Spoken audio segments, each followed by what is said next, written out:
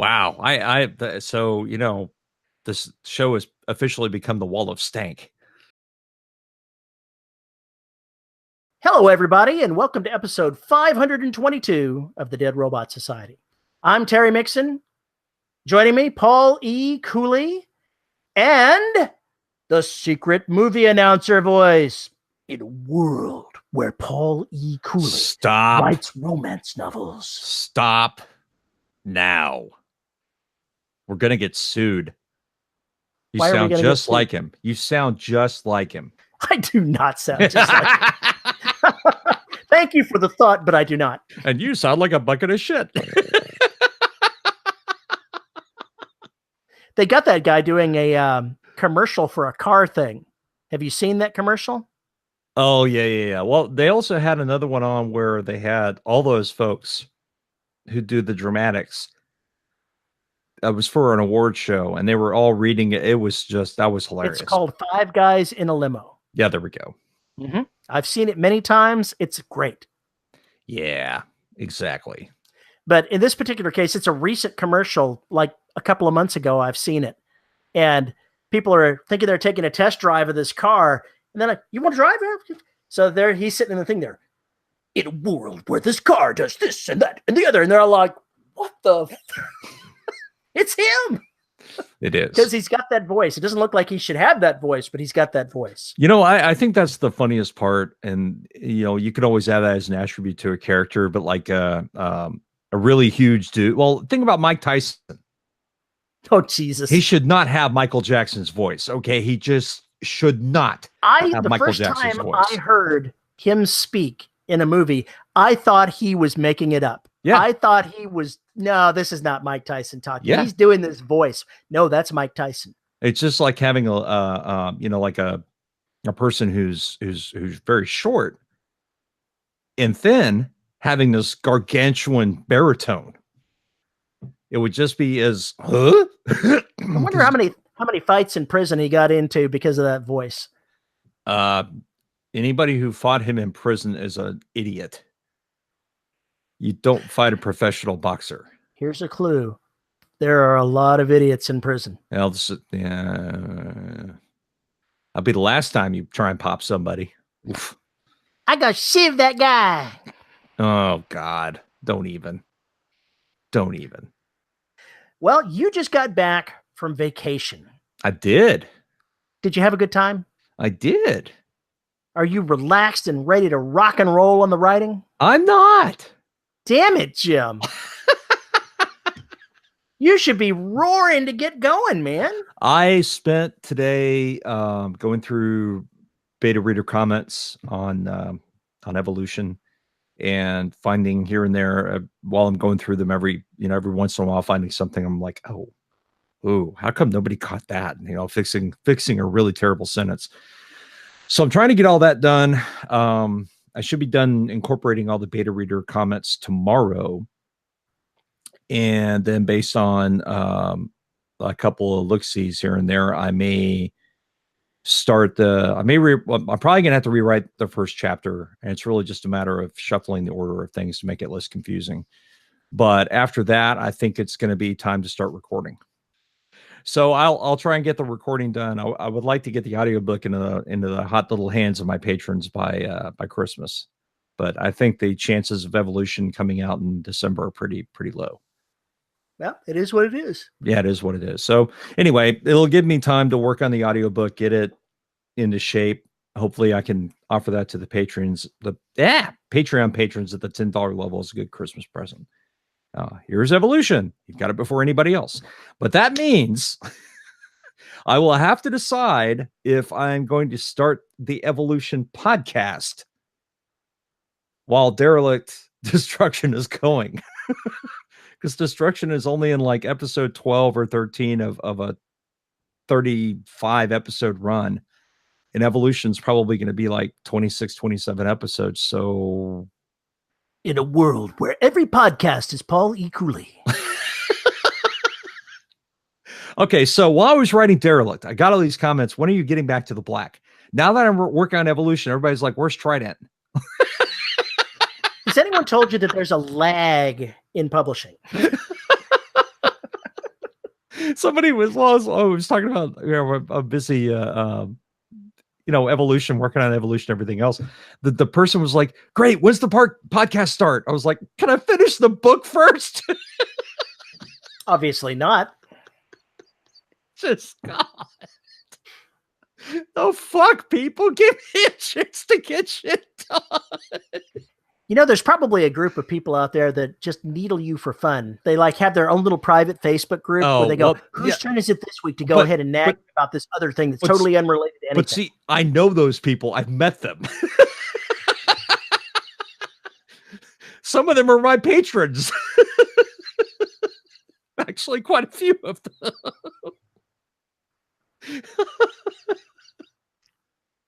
Oh God! So I'm going to find out what you're about, because my Patreon page is now live. I finally made the announcement 2-3 days ago.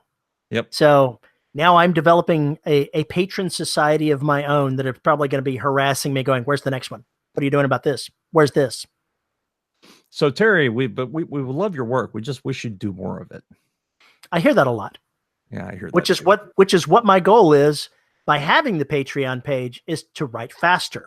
If I'm producing for folks that are seeing my first draft as I'm writing it, well, then I've got an impetus to go ahead and get impetus. How do you pronounce that word anyway?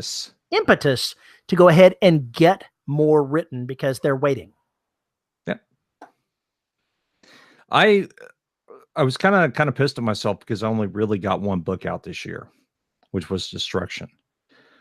But that's not all I wrote, because I was halfway through Evolution and I finished Evolution, even if it's not going to get published.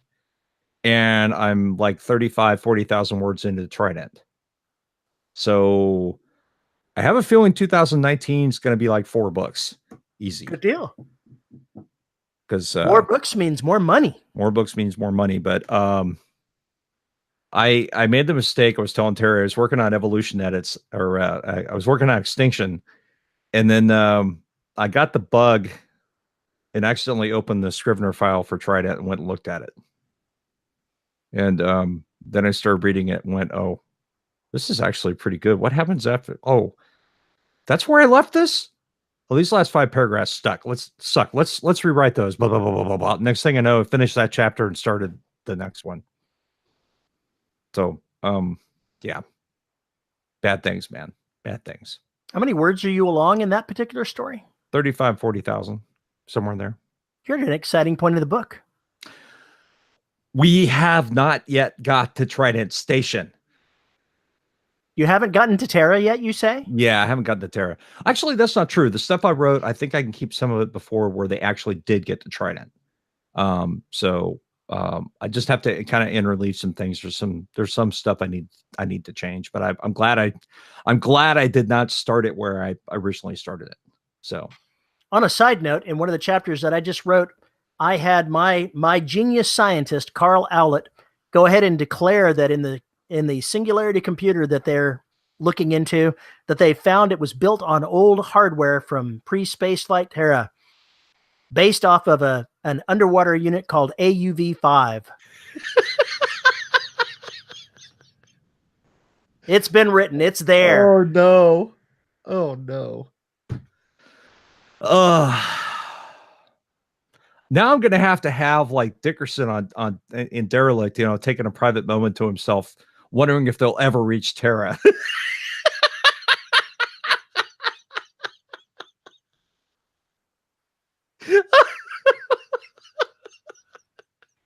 One never knows. Terry, are they ever going to make it to Terra? They will make it to Terra in this book. It's just an endless asymptote. It just goes off. It goes to zero. It approaches 0, but never gets there. It's never going to happen.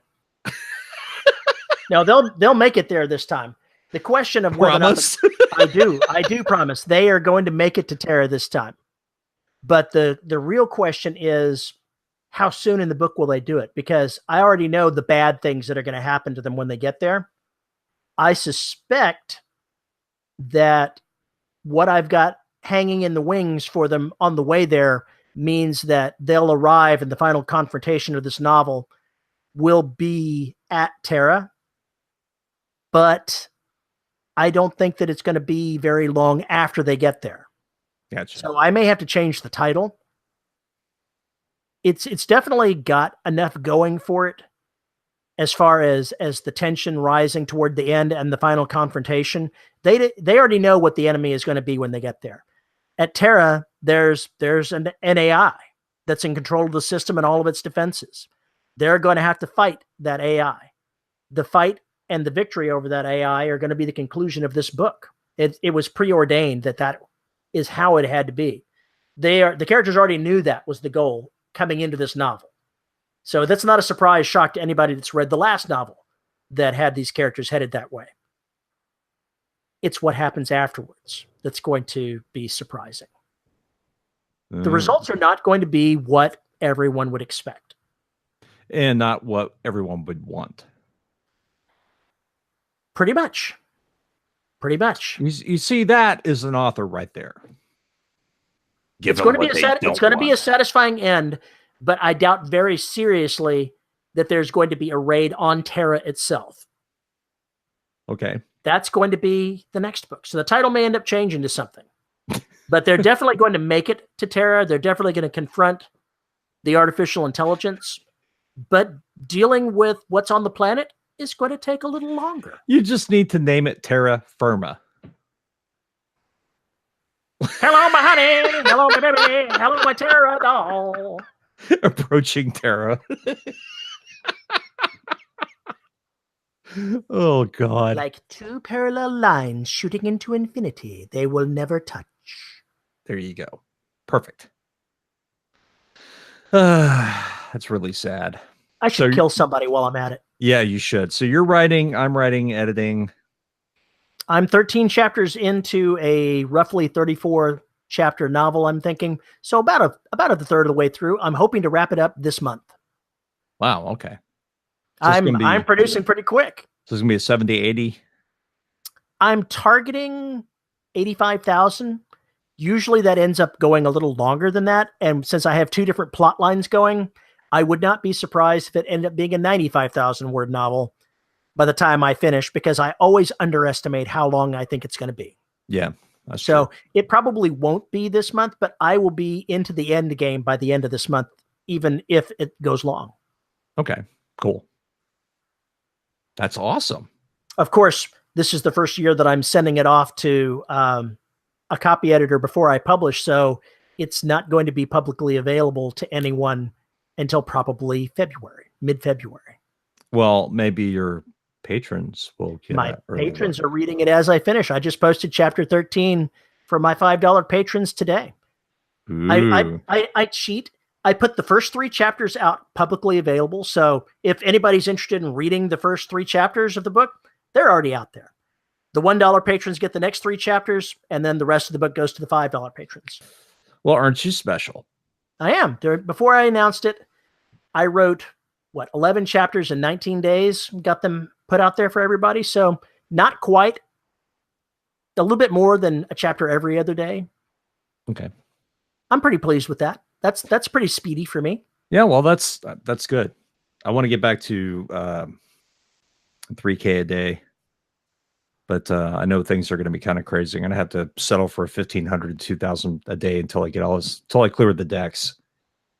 Got to get Evolution out the door. Got to get the audiobook ready, and I'm not panicked. I'm just kind of like, whenever, whatever, we'll get it out. We're close. The thing that having this Patreon thing does for me is I haven't missed a day of writing. Yeah. I may have only written a scene, half a chapter in one day, and then come back and finish it the next day, but I've written something every single day. Yeah, that's a good thing to do. So basically, they're holding you accountable. I'm using it as my accountability, and I knew that was going to be one of the aspects of it when I went into it.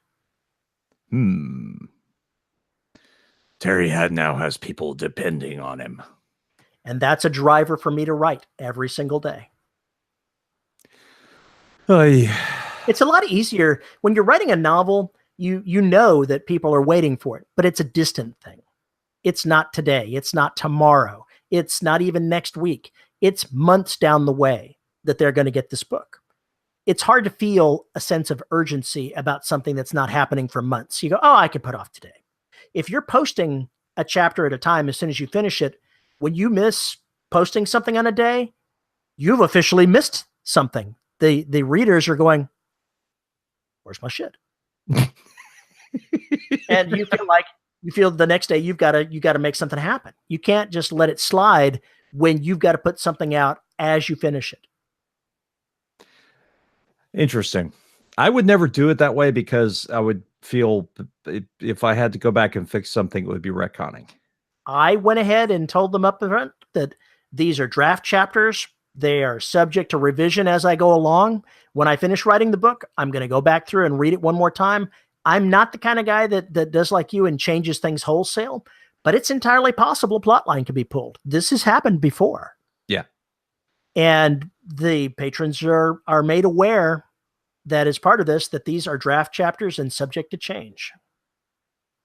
There are some times where I wish I could go back, and I guess technically I can go back and go look at some of the things I cut out of Derelict and Destruction and maybe package them for their hardcore patrons.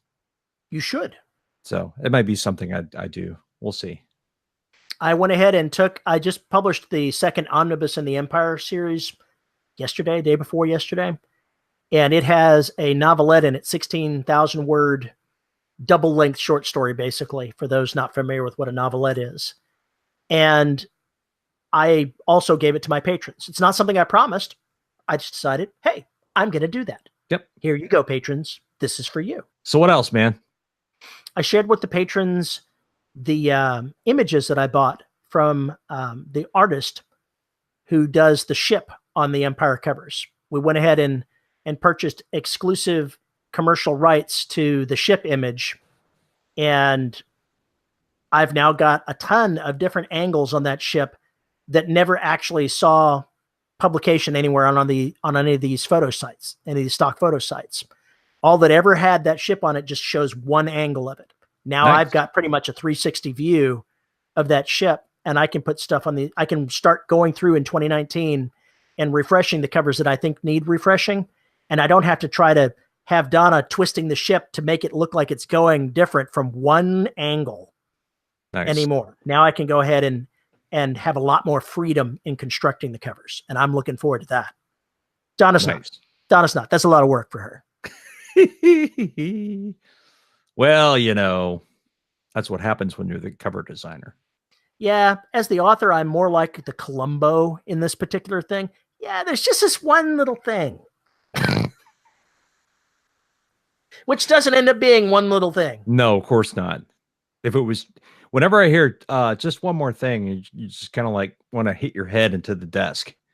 With Columbo, if he asks you more than 3 questions, you are the killer. Yeah, exactly. And he knows.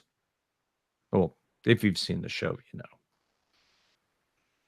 I think I may have dated myself with that reference. No, you didn't. Because if you dated yourself, you dated me too. So bite me.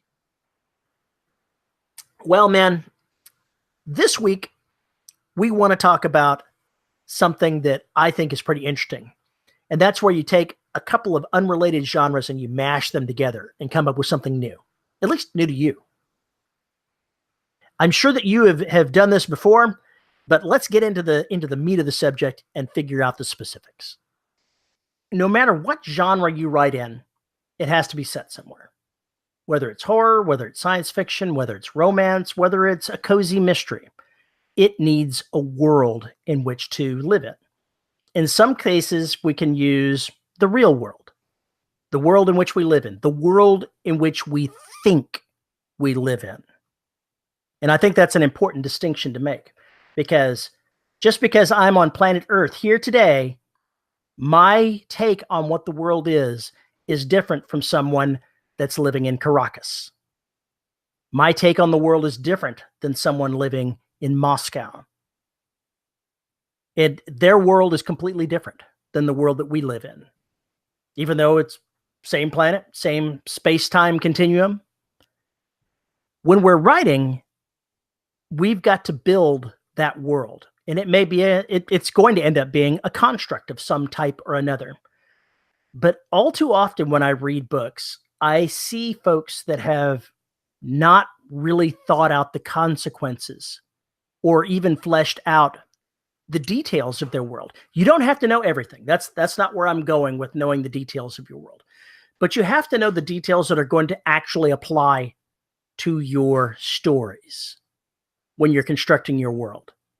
It may not come to you when you're starting, but let's use currency as an examination. Star Trek, they had no money. Did they explore that? They did not. They didn't really, not that I can recall, ever have explored the fact that their society does not have money. How the hell does anything happen without money? I can't quite envision how this would work, because I'm sorry, if you give away everything for free, you're going to have a huge percentage of the population just go fuck you and sit on your mom's couch. If you're trying to put people from today's society in there, yes. But you have to envision how people will have changed. Yes, that is correct. Because if you're going to be in this world. Right. There was that one episode of TNG where they rescued some kind of colony ship that had gone out, whatever, and it was people from the 21st century or whatever. And one of them was a, bazillionaire. Mm-hmm. And then finding out that all that stuff that he had, not only did it not exist, but it was irrelevant.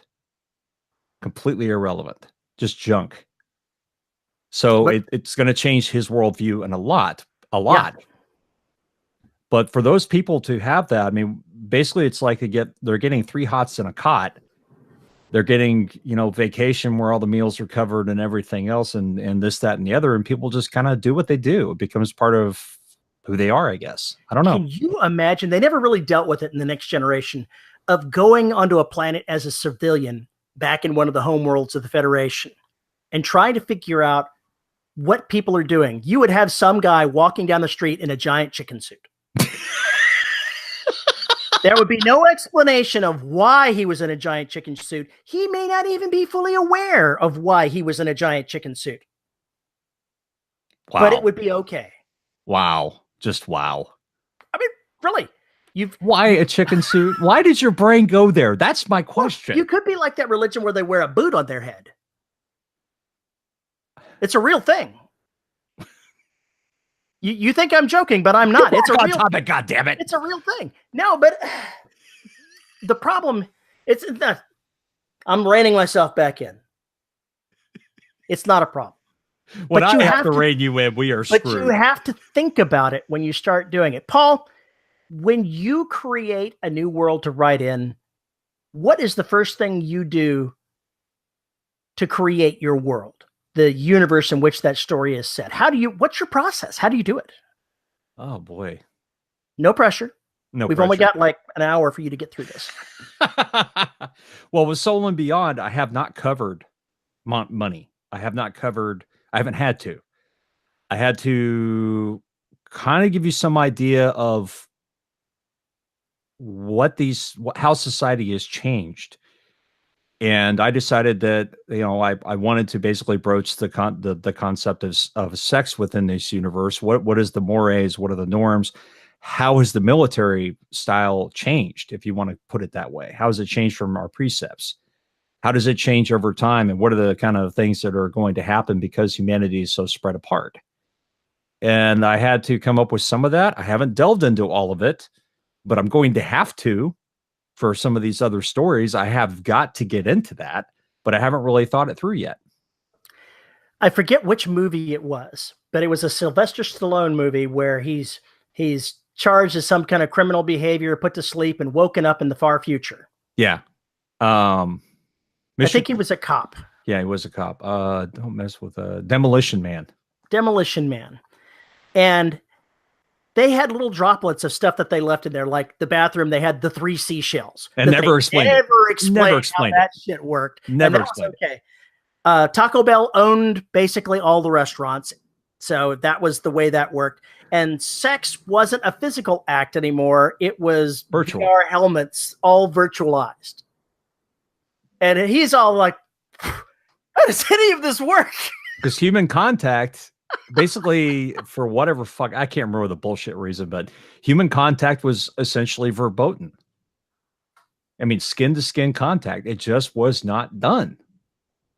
Well, it So, was Sandra Bullock. I mean, who would? Never oh, mind. that's bad. But think about it. I actually, Jake Bible covered this in his anti-bio series, where these people are all living in domes because outside is nothing but these deadly viruses and bacteria, and they cannot go out there. So there's a special group that's given some immunity to it, and they have to live separate from the rest of humanity.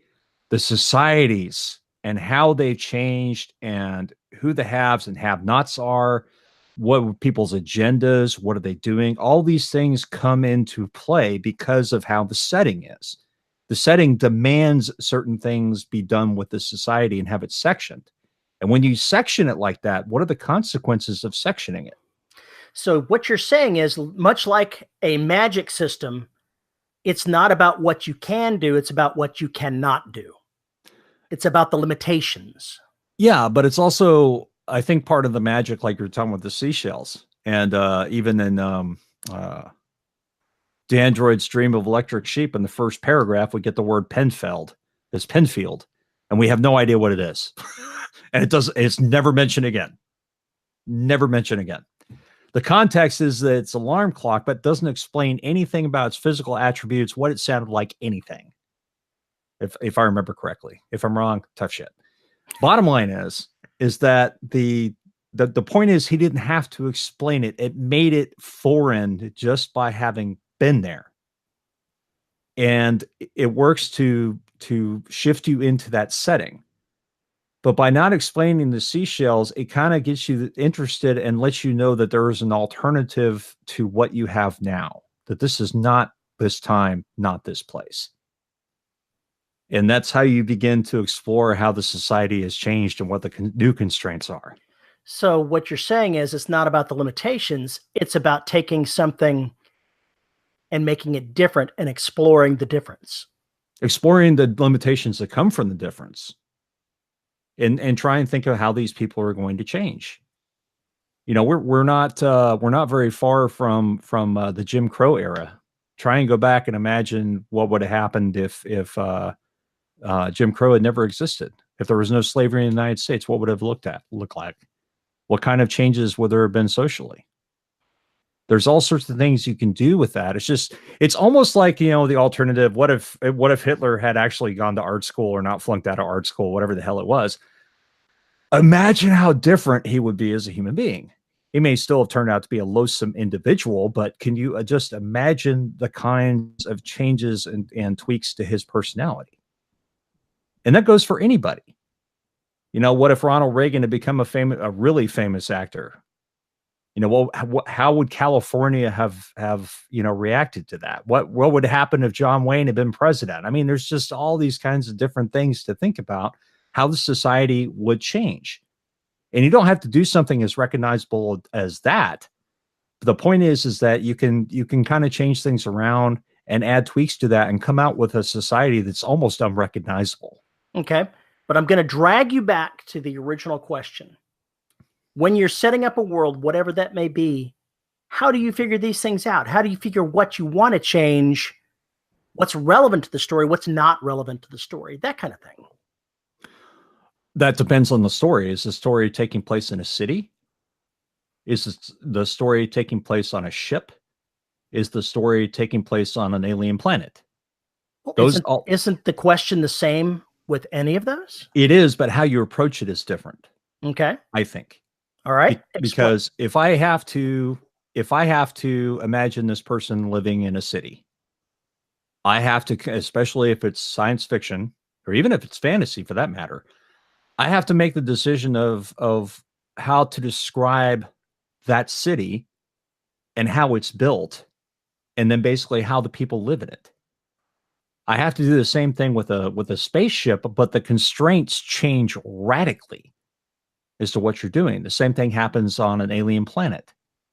So when you're writing your story, when I'm writing my story, I come across these little tidbits, and then try as I hit that, I have to see if it changes the society and how it functions in my mind.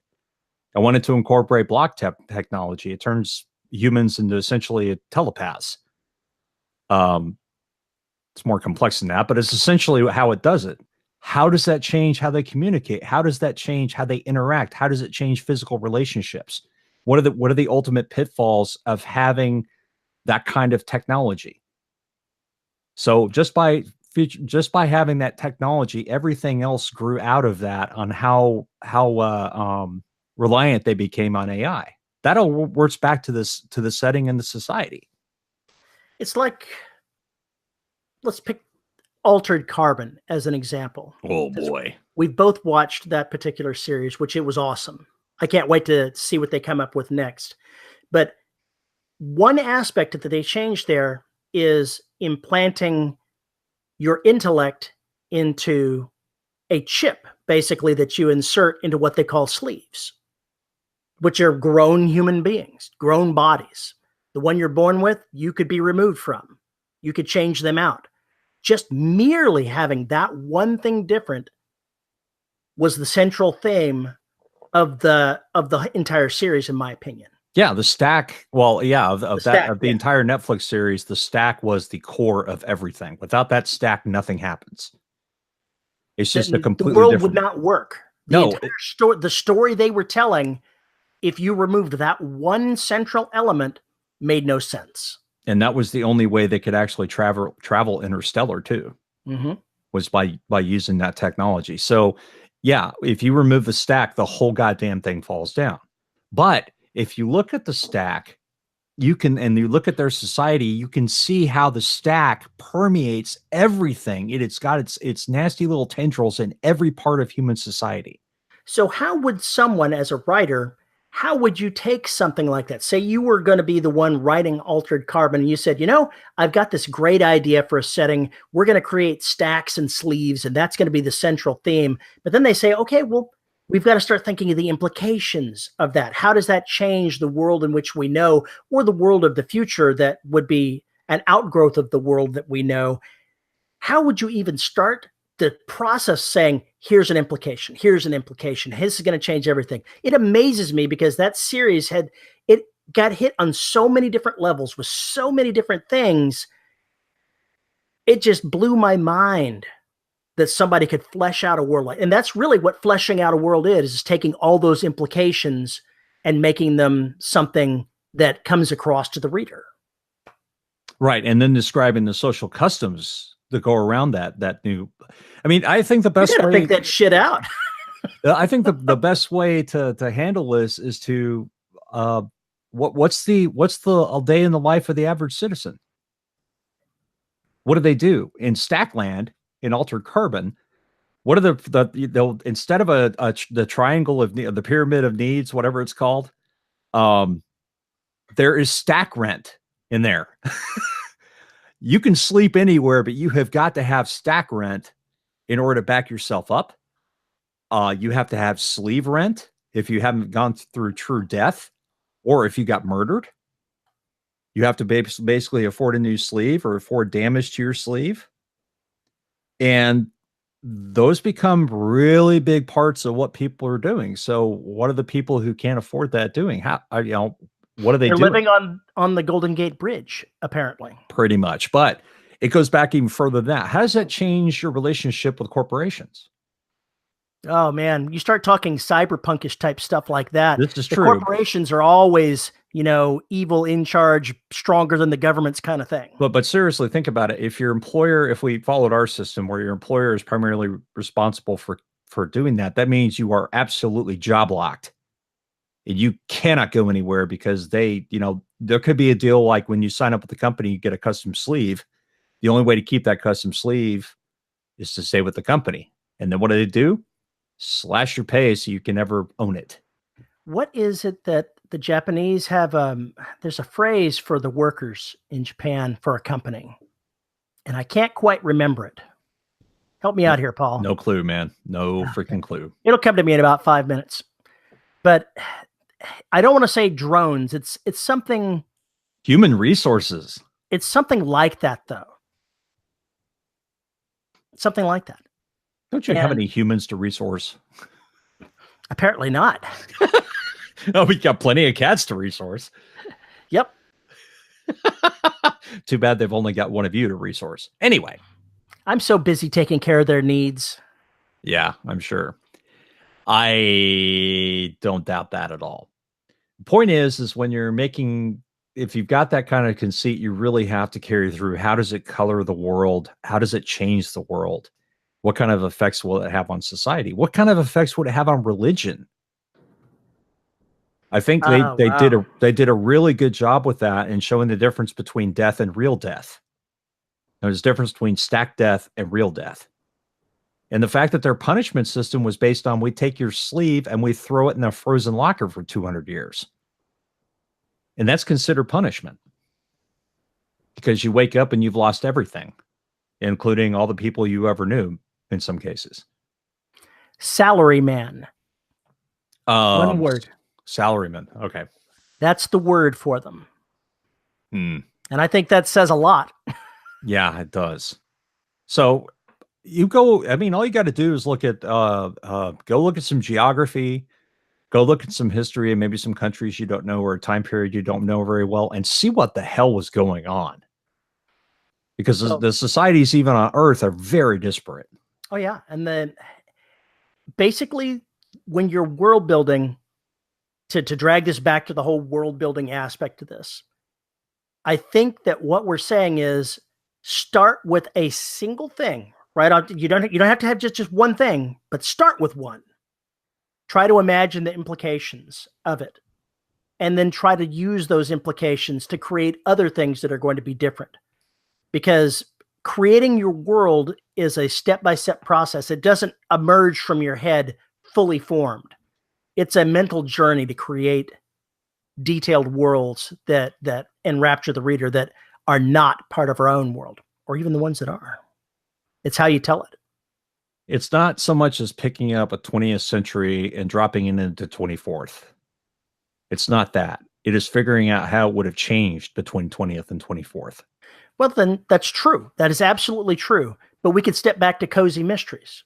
If I'm going to write a cozy mystery set in a little town outside of London, not only am I going to have to research what's going on there, but I'm going to have to infuse that world with things that make that world feel like it's that kind of place to the reader. Even those that are not familiar with what a little village outside of London might be like. A little hamlet. A little hamlet. That's the word. Yeah. No matter where you're setting your world, you've got to start with the mental image you have of it and start getting the details out inside the story, because those little black marks that you put on the paper, they transfer what you're thinking to the reader. And if you don't have enough of them, or you don't use the right ones, then the reader gets something completely different than what you're trying to present. Okay. I'll take that. But even sticking with the cozy thing there, you've still got to go ahead and create the world in which it's taking place. You've got to describe the house. You've got to create the neighbors that are going to be there. You've got to create all the people that look guilty that are around you. You've got to create the circumstances that this hamlet is existing in. All the little political things that human beings have in between one another. You have to, even if you don't ever tell somebody about them, you need to know them. You need to at least have an idea about them.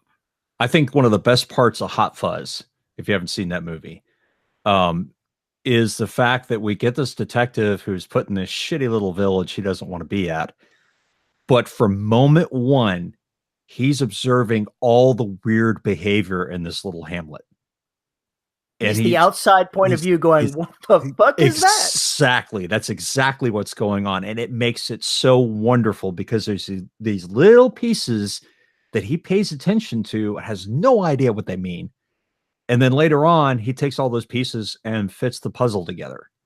But it's really odd behavior. And that is a very cozy mystery thing where people have got these quirks that may not make sense at the time, but do later on. But that colors the world. That colors the world a lot. What happens when you're a supermarket head of supermarket manager or convenience store is a full-blown Satanist? How does that change the flavor of the village and what they talk about this, that, and the other? Maybe there's other stuff going on. It's going to change because small towns like that, they talk. There's gossip everywhere. It'd be no different than in a dome on Mars. That's going to affect the society. That's going to seriously affect the characters and how they react to things. Yeah. Once you've got a world created, actually, let me back up. How do I create a world? Yes, let's hear your bullshit. My bullshit is pretty much bullshit. I start off. You laugh. It's true. And boy, whoo, does it smell? Let me get my boots. I start off with a character idea, usually something happening to the character. And then I step away from that and say, how do I make that happen? I started Empire of Bones by imagining what happened to Princess Kelsey, what she became. And then I stepped back and said, I need to create a world in which that is possible. So how is that even possible? That led me to creating the bad guys that they were facing in the first book. And then I stepped back again further and said, how can they have been separated from that so that they weren't even aware that they were there? So I built my world by stepping away from the end point that I wanted to see until I found a starting point where I could put a character in and start them moving like a billiard ball through the rest of the billiard balls, knocking things off course and changing things as they went. And as I needed a detail in the story, I started off with very few ideas of how this society worked. And every time I had to make a decision about something, that became part of the story background. By the time I finished the book, it's a good thing that I went back to the beginning and read back through so I could put some of those details back in and make the world never happens. That never happens. The book, here's a clue for you folks.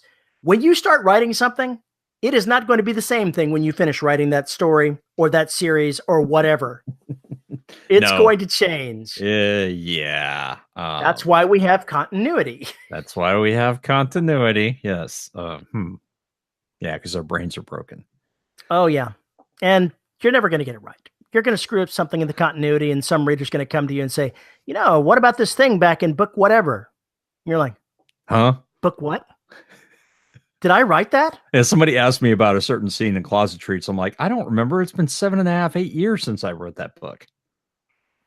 Imagine as a professional writer when you've got 100 novels down and somebody says, hey, I love this book of yours. You're like, I wrote that? I don't even remember writing that. I don't remember writing the book. One of the reasons I'm keeping a diary now. I think my way into a world is through people. And the people, in a lot of cases, dictate the world. There have been exceptions, but the thing is, even though I had the idea for the Black, even though I had the idea for Derelict, the general conceit of it, it's through the people that I found the world and found what needs to happen and things I need to address later on. So I didn't sit there and spend weeks whiteboarding shit and anything like that. It was more on the lines of, what do I need? And I'd grab it as I needed it and then form the other changes around that, which sounds very much like what you do to a certain extent. So yeah. It's just the way I work it. I know there are people who design a whole world and they write stories in it. That's fine. That's wonderful. That is not me.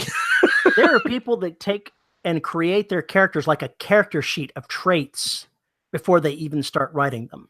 Yeah. I cannot possibly imagine doing that. Yeah, we're not talking about the character sketch. We're talking about full-blown backstory that goes on for years. Mm-hmm. So, yeah, that's not me.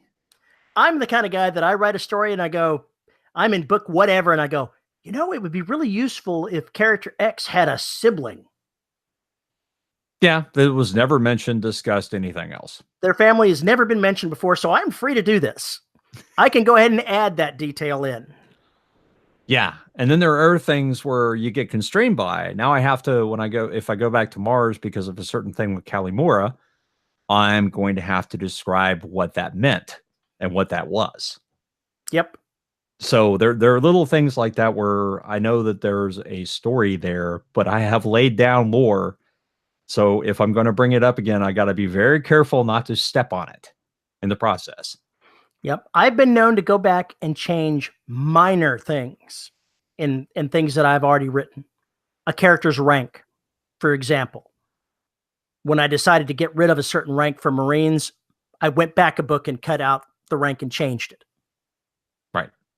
Nobody's really noticed that. Nobody's really said anything to me. Why would they? They've read the book. They're not going to notice. They're not going to notice, but I wouldn't dare change something major.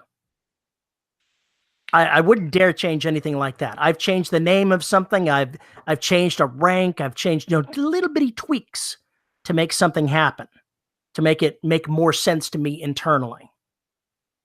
Where I could have just left it sit there. Yeah. When we're building a new world, I went to the 20 Books Vegas conference a couple of weeks ago. And one of the jokes that was there was somebody presented a cover of what Craig Martell was supposedly working on. Oh, no. Oh, it was very exciting. It was a very nice cover, but it's a brand new genre. Amish cyberpunk. It is Amish cyberpunk. Oh, awesome. Well, he's not really writing it. They made it up. I know. The book's name was Pennsylvania Rising, the cover that they had there. And it had like a woman with the Amish clothes and some cyberish sort of thing going on. If we were going to start writing something like that, we would come up with an idea like that. Maybe I should wait for Paul to stop laughing hysterically first. Good luck with that. Continue, please. I want to know where this is going. If you were going to write Amish cyberpunk, or I was going to write Amish cyberpunk, we would have to start with the idea of, okay, we've got to marry these two separate sort of things together, which is kind of the point. Yeah. And we would have to take an existing society, the Amish, and the general world around it and figure out exactly what kind of plot line is this going to require? What kind of changes am I going to have to make to reality or document reality as it currently exists in some way or fashion to go ahead and even start telling the story where this story is even possible. It's like the Amish apocalypse thing we were talking about on the live Patreon show a couple of weeks ago. There was a television show or a television series talking about gangsters in the Amish society. I figure it was completely made up. It presented itself as reality, and I am unconvinced. You're unconvinced. I am unconvinced. Because seeing, Amish muscle somewhere trying to strong arm somebody is not working for me. The Amish Mafia. I think we also brought that up. I think that's exactly what it was. I think it was the Amish Mafia. And I cannot get my brain around that particular task. But whoever created it, they had to take the world as it existed and say, let's do this one thing to start with and then figure out the implications for it. Yeah, which are massive. Mm-hmm. Absolutely freaking massive. There was this actually happened in real life where there was a court case against I think it was an Amish man who assaulted him and his sons, assaulted another Amish man and cut his beard off. Ooh. Which is a serious sort of issue inside the Amish society, apparently. Yeah, that's a bad thing. But you can imagine something like that. You could take an inciting incident and then walk it back and say, where did these people come from? How did beard cutting become an important thing? That's part of your world building, is you've got to understand, even if it's using something totally different, you say, your version of beard cutting, step back and say, why is it important? Why is this a big offense? And that helps you start building your world. By knowing why something is important, you've set yourself up to be able to answer that question for your readers at a later point. Well, with the Amish thing, if Amish cyberpunk, for instance, what if it's not actually the Amish as they are today? Maybe they went extinct and certain portion of the populace adopted their culture or co-opted their culture. Something went viral on the internet. Something else happened. Maybe the Amish were responsible for something and got a whole bunch of new converts, but in order to survive, they had to actually learn how to use technology. Maybe instead of eschewing technology, they are required to build their own. That's one thing. What if, here's my what if in the far future, the Amish have been being the people that grow the food for the survivors of a post-apocalyptic type event, and they start dying off, so they start replacing the Amish with cyber beings. There you go. That look like the Amish, that act like the Amish, but they are not Amish. They are machines. So it's like a direct violation of everything that it is to be Amish. We are the Amish collective. You will be beardinated. You will be churned. Oh God, not to be offensive. It's just the image is just ridiculous. But we're taking. I don't want to say it's ridiculous ideas. We're taking extreme ideas. We're taking ludicrous ideas and trying to talk about building a world with them. So of course our ideas of doing it are going to be ludicrous. Yeah, it's Discworld. I mean, what Pratchett did was completely nuts. I mean, you just marry all this crap together, and I mean, it's just like this massive zany mess, and it's genius. But it does take a bunch of ludicrous concepts and marry them together. Going to something like Altered Carbon, once you start figuring out the key elements of your world, you've got to at least keep them in mind, because you remember, as a writer, you cannot keep the entire visualization in your head. You can't keep an entire book in your head. You can't keep an entire world in your head. You can only really focus on certain parts of it at a certain time, and you're going to forget something. Write it down. Whenever you figure out this is important to my world, start making lists. These are the things that are different in my world. These are the things that are important in my world. And once you've got that list, you can start growing from there. Because world building, unless you're like me, who just stumbles his way through building an entire universe, then for me, I get to the end of where I am now in book 9, and I'm going, I have no idea what happened 3 books back.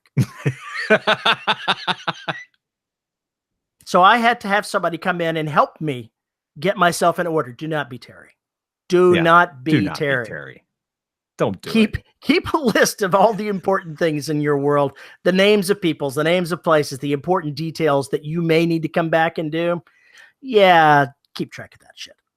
If you're writing fantasy and science fiction, things to think about if you're building an alternate universe, alternate world.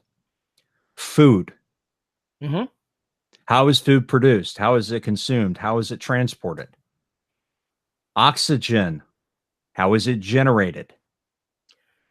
In a fantasy world, what is the currency? In a sci-fi world, what is the currency? Because that changes motivations and can radically change how people work and how people think. Are there drugs? Are they an important part of the society? Think Aldous Huxley here. That kind of stuff sets up a culture in a different way. Are they basically changing their behavior through pharmaceuticals, or is there something else going on? Transportation. Do they have electricity? Do they have any kind of mechanicals? Are we talking Bronze Age? Are we talking Roman Age? What are we talking level of technology here? Because those things are going to radically change how the society works. Yep. All the basic needs, you've got to figure out how they're provided for. And if they're different than what we're used to in today, you're going to have to lay out that groundwork for the reader, or they're going to go, what? Yeah. With a short story, it's not as complex a problem because you're in there for such a short time that you can really just focus on certain aspects and kind of get across the general context. It could be done well or it could be done poorly, but the bottom line is it can be done, and if you use short words rather than having to, write a 20-page treatise on star drive theory. Please do not info dump. Do not info dump. Let the characters info dump themselves. Be much more fun that way. When you tell the story, let the characters run up against the differences. Because as you explore with the characters, your readers will be looking over your shoulder. You don't have to explain it. You just have to live it. The characters have to live that incident. Exactly so. And I guess that's why I've always found the story through the characters at some point. It's one of the reasons that I think that character is actually the most important part of telling a story. The world is nice. The setting is nice. The plot is nice. The character is paramount because people attach themselves to character. They don't say, oh, that's a wonderful plot. I'll just read whatever's going on with that plot. No, they don't. They read about, oh, that character that I loved, that character that I hated, that villain that was just so evil that I have to see what he did next. And I'm being serious. I would never write one of those. You would ever. never. I would never. I would never do such a thing like that. It all colors how the characters act, and the characters do affect the world in a big, big way. If you don't feel like making up your world as you go, you don't have to. You don't have to do world building all in advance. You can do your world building as you tell the story. You just have to keep in mind what has come before, because you're building on that foundation. And if you're using a tool like Archivos or Evernote or whatever else to handle that stuff, as you go through it, like Terry said, write it down. But as you go through it, think about how that affects the character. If you get to book 3 of whatever you're writing and you suddenly realize that the way you're doing something is altering the background that you set up, don't be afraid of that. You can alter the background. You just have to explain it. Have the characters realize that they're making some type of big innovation. There's going to be consequences. The world pushes back when you change it. That's the way it works. The fold. Yes. The fold. That's a very good idea. That's an excellent idea. An excellent example. Excellent example, yes. As how jacked up things can get just by a single piece of technology. I mean, I have no idea how he wrote that story, but I imagine it was, what if this existed? Well, it was an outgrowth of 14. Oh, that's true. So everything that they did in the fold was actually, you could guess it from 14. You could see it coming. All of the bits and pieces, they were there. Right, but if you hadn't read 14, it still all made sense. It did. You didn't have to read 14 for this to make sense. So it was an excellent book as far as that goes. Yeah, I enjoyed the hell out of it. Peter Klein's.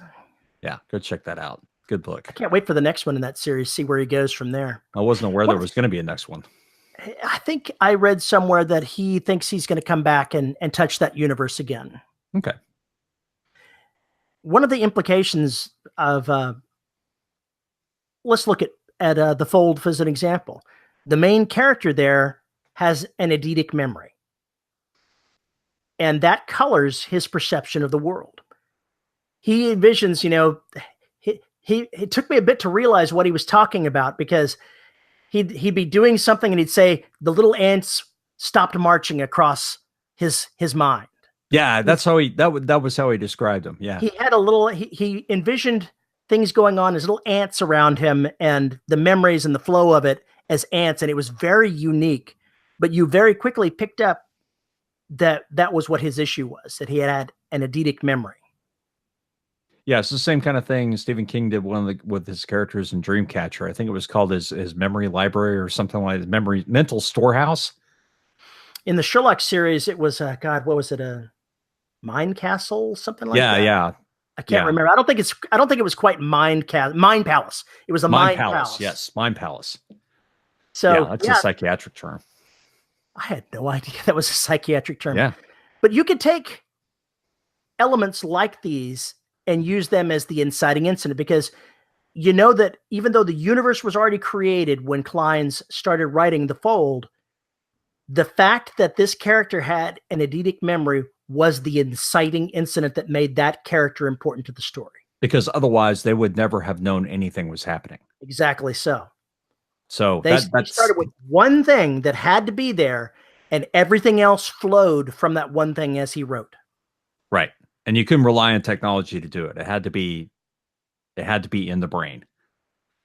So we're not going to give any more of the plot away than that. But the bottom line is that, yes, without that, the story would have been completely different.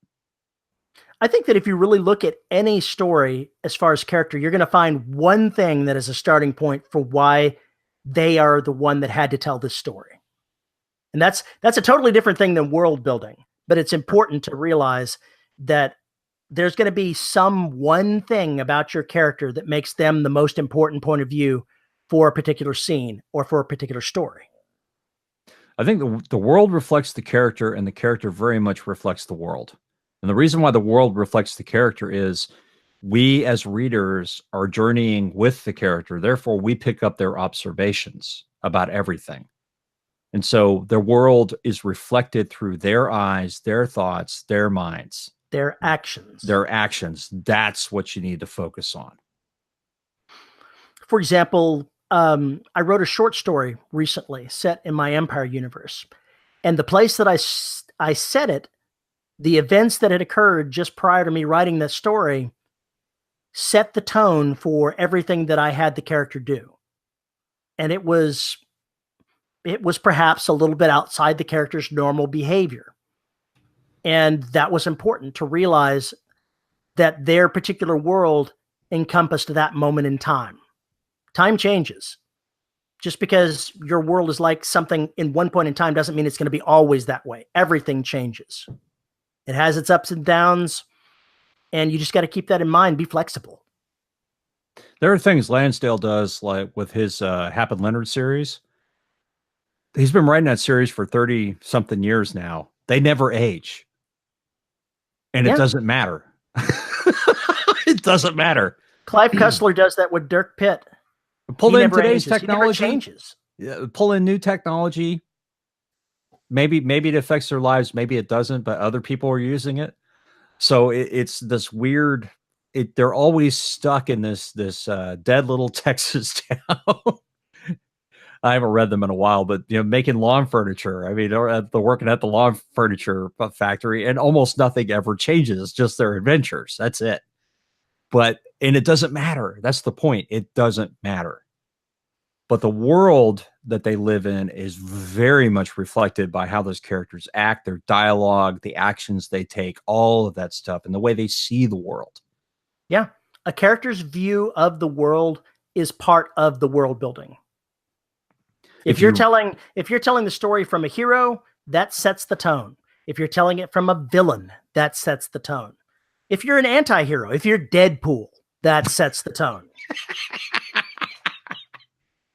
The other part that's kind of cool to play with, if you really want to torture your readers, and I love torturing readers, is have two characters tell the same account of the same incident and have it be radically different. Yeah, or matters. Or how they view technology or some particular facet of the world that they live in, how different their views of it are. That also leads a lot to describing how maybe fragmented the society is, or that maybe this is a divisive point. I've read a couple of stories over the years where the antagonists in the story were both heroes. They were both protagonists, but they were polar opposites. And so the events that they were struggling against one another, each one had a different view and perception of what that meant to the world and to themselves. Doppelgangers. Maybe not polar opposites, but they definitely had different opinions of everything that was going on, and it was all colored by their own perceptions. Okay. It's a fun place to play. I don't really see it often enough, I don't think. And I wish it was something people could explore, because we may get one character who pays more attention to the part of this world than another. So when it comes down to it, I think the most important thing with keeping in mind in world building is it's all about the implications. If you make a change, if you put something as a fact, if you have something be a certain way, it has implications that affect everything else around it. And you don't have to tell the entirety of that to the reader, but you have to at least try to keep the spirit of it in mind and be true to the spirit. Yeah. And that's where the trick is. That is very hard. Easily said, hard to accomplish. And I think that's why you have to read to see how other authors do that, how they handle that. Read some of the books where the author, tries something different with that kind of thing. See how they do it. They may do it well, they may do it awful, but it's something that you can ultimately put in your toolbox. If you're going to read, you need to read first for pleasure. Okay. So if you find something that excites you about a book, don't try to analyze it right there. Finish reading the book, have a grand time, then come back and read it and say, how did they do that thing that I loved / hated? What went on there? Yes. That's what I do. I don't do it nearly enough. I just read it for pleasure and then move on to the next damn thing. What a slacker. I know. That's why I'm a huge failure. Massive failure. Well, I think it's time to pull the curtain down on this world. I think it is in time to pull the curtain down on this world. Folks, if you would like to send us a note and tell us how you build your world or ask us questions about how we build ours, send us a note at show@deadrobotsociety.com. You can get Paul on Twitter at Paul_E_Cooley. You can find us on Facebook at the Listeners of the Dead Robot Society Facebook group. If you're listening to us as opposed to watching us, you can find all of our back audio episodes hosted by Podhoster. So that's where you can find all the 520 episodes of madness. As I implied, you can find us on YouTube at youtube.com/DRS podcast. If you would like to support us as a patron, you can find us on patreon.com/DRS podcast, where for as little as $1 a month, you can get exclusive content, including having your name read if you are a $10 subscriber. And as of this recording, our $10 patrons are Sue Bateman, JD Barker, Jack F. Erickson, Kelson, if Pinocchio says my nose will grow now, it would cause a paradox, Isabel Cushy, Rick, it's Nano, and I'll catch up with DRS in December, Shaw, Lisa Slack, Sandy Manpants, Cheryl Winters, Tracy Bodine, John Kilgallen, Devin Lee, Drew the War on Christmas Music Bernardi, I'm with you, bro, Chris Winder, Andre Conde Moraes, DJ Chamberlain, and J.R. Handley. Folks, we appreciate your support. Yes, thank you very, very much. And with that, we say goodbye. We say goodbye. Goodbye.